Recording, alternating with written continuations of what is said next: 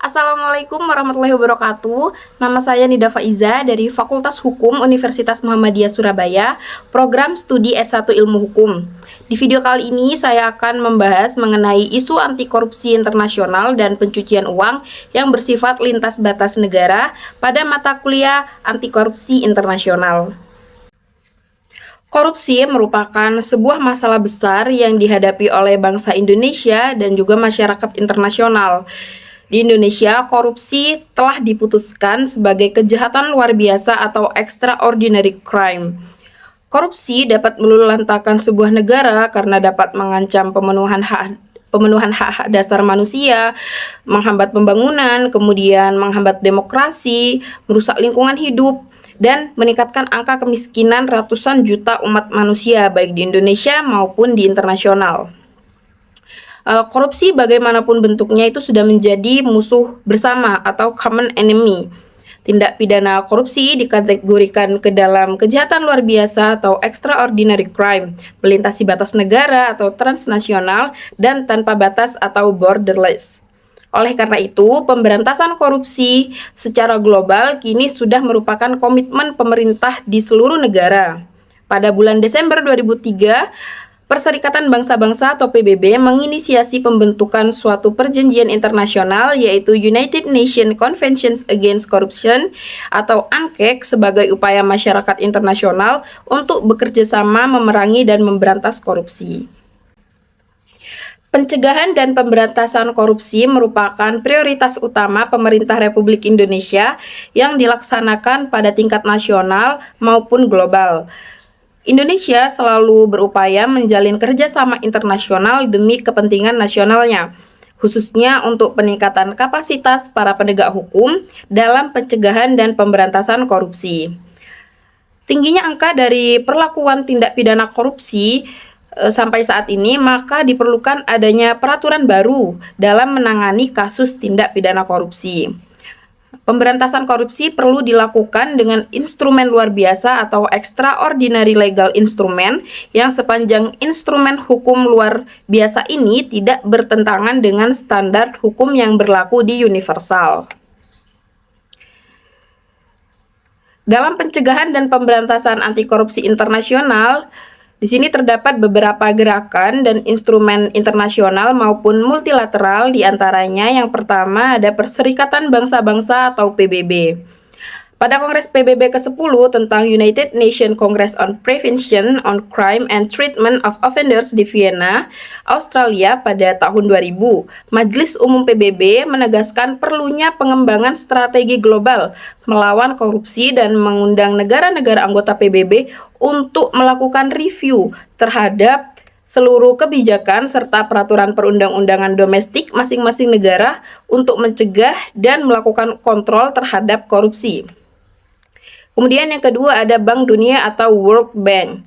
World Bank cukup aktif dalam gerakan anti korupsi di tingkat internasional. World Bank Institute misalnya mengembangkan Anti-Corruption Core Program yang bertujuan untuk menanamkan awareness dan pelibatan masyarakat sipil untuk pemberantasan korupsi, juga termasuk menyediakan sarana bagi negara-negara berkembang untuk mengembangkan rencana aksi nasional untuk memberantas korupsi. Yang ketiga ada Transparency International. Transparency International adalah organisasi non-pemerintah berskala internasional yang bertekad untuk memerangi ketidakadilan yang disebabkan oleh korupsi. Salah satu publikasi tahunan yang dikeluarkan oleh organisasi ini adalah hasil survei yang dikenal sebagai Indeks Persepsi Korupsi atau IPK.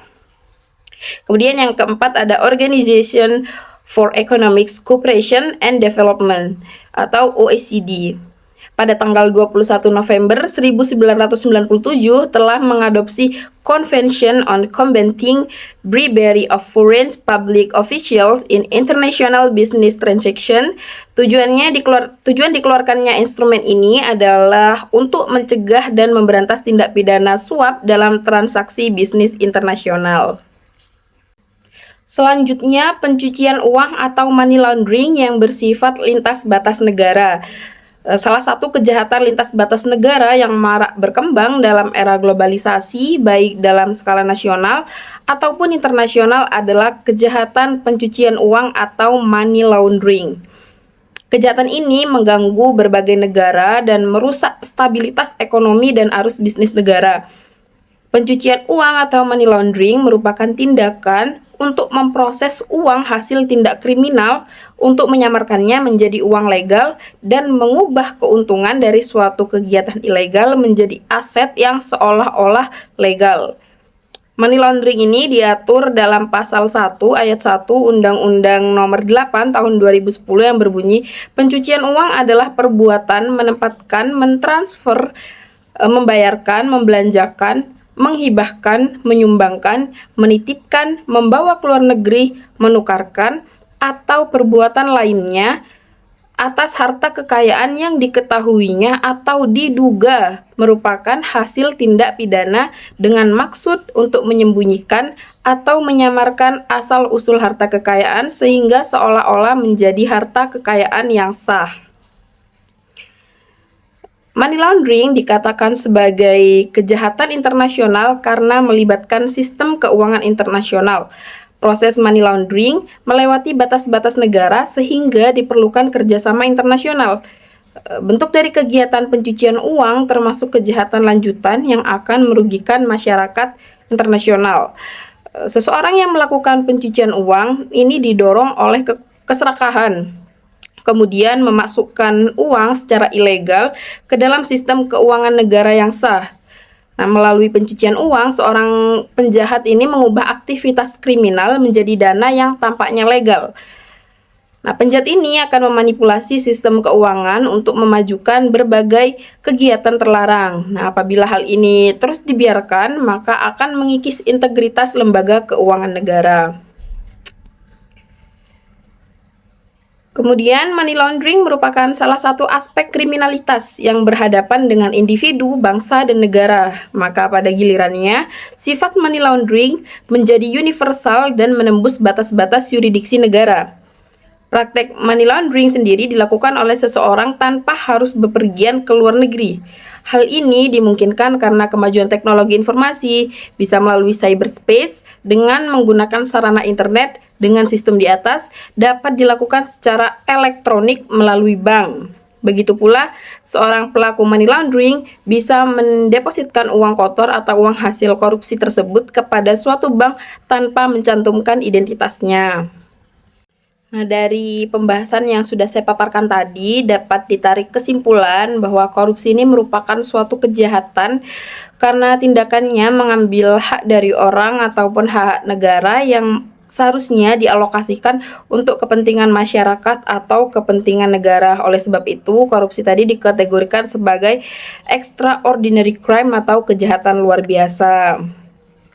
Nah, setiap negara ini harus memiliki strategi dan berupaya mencegah dan memberantas korupsi dengan kebijakan pemerintahnya masing-masing. Seperti di Indonesia, ada lembaga yang menangani kasus korupsi, yaitu KPK, Komisi Pemberantasan Korupsi. Pencegahan kasus korupsi ini sebenarnya bisa dimulai dari diri sendiri dengan menanamkan nilai-nilai kejujuran dalam diri dan rasa takut akan hal yang haram. Karena sejatinya orang-orang yang memiliki harta yang halal adalah orang-orang yang paling selamat agamanya. Itu saja sedikit pemaparan saya mengenai isu anti korupsi internasional dan pencucian uang yang bersifat lintas batas negara. Kurang lebihnya mohon maaf. Terima kasih. Wassalamualaikum warahmatullahi wabarakatuh.